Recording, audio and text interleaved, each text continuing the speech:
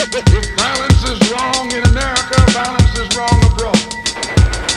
If it's wrong to be violent, defending black women and black children and black babies and black men, then it's wrong for America to draft us and make us violent abroad in defense of her. Wherein all the power used to be centered in Europe, it's not centered in Europe anymore. It has divided itself up and is centered in different parts of this earth today. Much of it is in Asia. Much of it is in Africa. It has shifted. And as the people in Africa and Asia get some power of their own, they get a mind of their own. They start seeing with their own eyes and listening with their own ears and speaking with their own mouth and coming to definitions from their own brain. The European definition now isn't necessarily the definition. The European yardstick now isn't necessarily the yardstick. And what the European calls racialism isn't necessarily racialism. And what the European calls brotherhood isn't necessarily brotherhood. The Honorable Elijah Muhammad has stopped us from stealing, and we did steal. He stopped us from gambling, he stopped us from cheating, and he stopped us from lying. Stealing runs rampant in Harlem. Gambling runs rampant in Harlem. All types of evils and vices that tear apart our community run rampant in Harlem. The Honorable Elijah Muhammad doesn't condemn the victim. He goes to work on the victim. He doesn't say that all of you should go to jail because you have fallen victim to the evils that white man has brought into the community.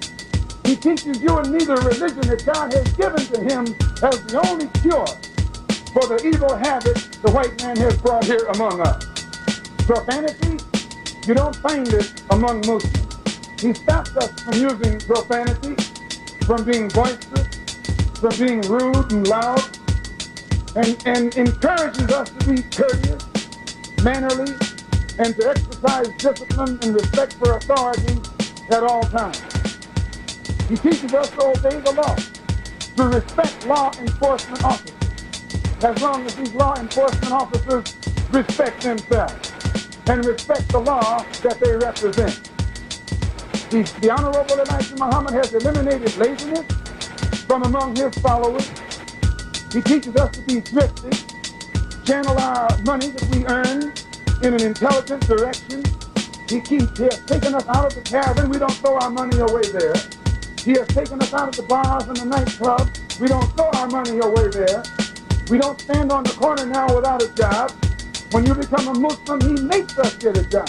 He makes us go to work. He makes us exercise or exert energy in our own behalf. And all of this type of teaching that the Honorable Elijah Muhammad is doing among the black people in this country has been instrumental in producing a new type of people, a new thinking people with a new action, a new attitude, and a new behavior. And even the worst critics of the Honorable Elijah Muhammad, though it hurts their hearts to do so, have to admit that he has made better people out of those of us who follow him, better than we were before we became his followers. African Americans, or so-called Negro.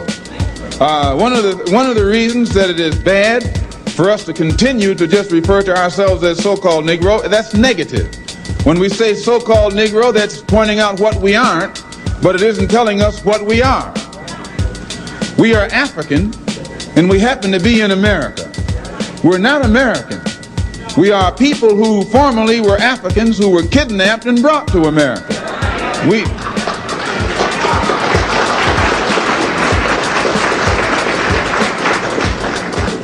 Our forefathers weren't the Pilgrims. We didn't land on Plymouth Rock. The rock was landed on us.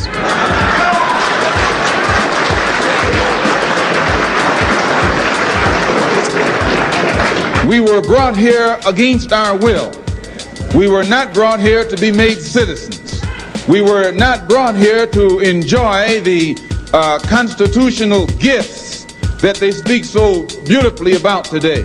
And because we weren't brought here to be made citizens today, now that we've become awakened to some degree and we begin to ask for those things which they say are supposedly for Americans, they look upon us with hostility and unfriendliness. So our unwanted presence, the fact that we are unwanted, is becoming magnified in all of America's preachments today.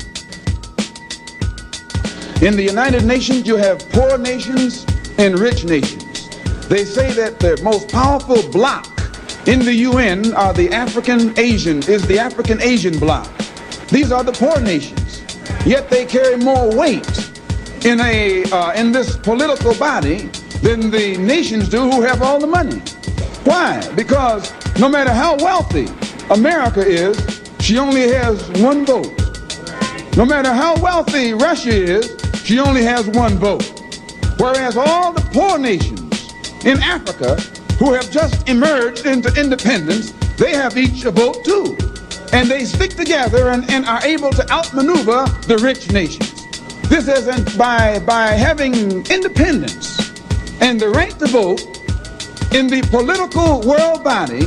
It has enabled the dark nations to band together and use the strength of their ballot to force the wealthy nations, which are the white nations, into giving more independence to other nations who are still under their jurisdiction. You and I have to look at this and understand this, that the ballot is as powerful as the bullet. Now, if you and I leave it up to the moderate Negro leaders, they'll be able to trick it up and make the world think that they passed something that doesn't really mean anything. So what you and I have got to do is get involved. You and I have to be right there breathing down their throat. Every time they look over their shoulder, we want them to see us. We want to make them pass the strongest civil rights bill they've ever passed. Because we know even after they pass it, they can't enforce it. In order to do this, we're starting a voters registration drive. We have to get everybody in Harlem registered. Not as Democrats or Republicans, but registered as independents.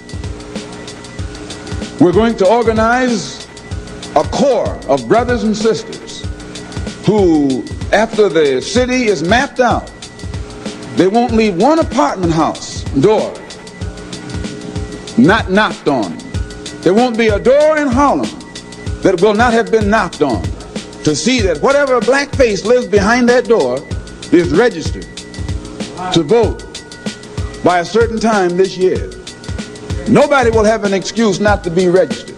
We'll ask him, let us see your card. If you don't have the sense of responsibility to get registered, we'll move you out of town.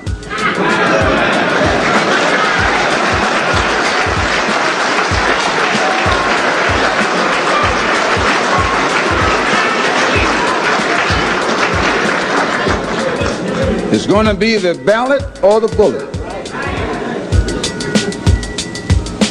After we get our people registered, we can then organize that voting strength and channel it in the direction that will get immediate results for the benefit of our people.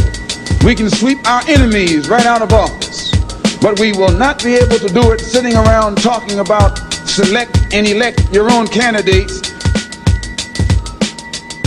One white man named Lincoln supposedly fought the Civil War to solve the race problem, and the problem is still here. Another white man named Lincoln, again the same white man, issued the Emancipation Proclamation to solve the race problem, and the problem is still here. Some more white liberals came along with the 13th, 14th, and 5th Amendments, which were supposed to solve the race problem. The problem is still here. 9 years ago, 9 more white liberals, so-called, came up with what they call a Supreme Court desegregation decision, and the problem is still here. And then another white man named Kennedy came along running for president and told Negroes what all he was going to do for them if they voted for him, and they voted for him 80%. He's been in office now for 3 years, and the problem is still here. When police dogs were biting black women and black children and black babies in Birmingham, Alabama, that Kennedy talked about what he couldn't do because no federal law had been violated. And as soon as the Negroes exploded and began to protect themselves and got the best of the crackers in Birmingham, then Kennedy sent for the troops. And there was no, he didn't have any new law When he sent for the troops when the Negroes erupted, then he had at the time when whites were erupting. So we are within our rights and with justice, with justification, when we express doubt concerning the ability of the white man to solve our problem, and also when we express doubt concerning his integrity, concerning his sincerity. Because you will have to confess that the problem has been around here for a long time, and whites have been saying the same thing about it for the past 100 years, and it's no nearer a solution today than it was 100 years ago. My personal political philosophy, black nationalism, which means that the black man should control the politics of his own community and control the politicians who are in his own community. My personal economic philosophy is also black nationalism, which means that the black man should have a hand in controlling the economy of the so-called Negro community. He should be developing the type of knowledge that will enable him to own and operate the businesses and thereby be able to create employment for his own people, for his own time.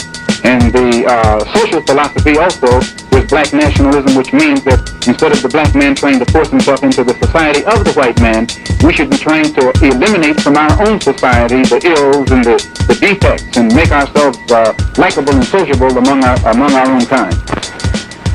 Well, you seem to be dissatisfied with everything. Just what do you want? I'm not dissatisfied with everything. What you're able to see with your analytical mind is that everything that is offered doesn't produce what it's supposed to produce. And I'm just telling you that it doesn't produce what it's supposed to produce. Well, what is your ultimate aim? The only way the problem can be solved, first, the white man and the black man have to be able to sit down at the same table. The white man has to feel free to speak his mind without hurting the feelings of that Negro. And the so-called Negro has to feel free to speak his mind without hurting the feelings of the white man. Then they can bring the issues that are under the rug out on top of the table and take an intelligent approach to get the problem solved. That's the only way that they'll ever do it. We need an action program while we are Muslims, or while we are Christians, or while we are whatever we are. We still need an action program that will eliminate these evils that are in our community. And this is what we're trying to do with the Muslim Mosque Incorporated. Do you consider yourself militant? I consider myself Malcolm.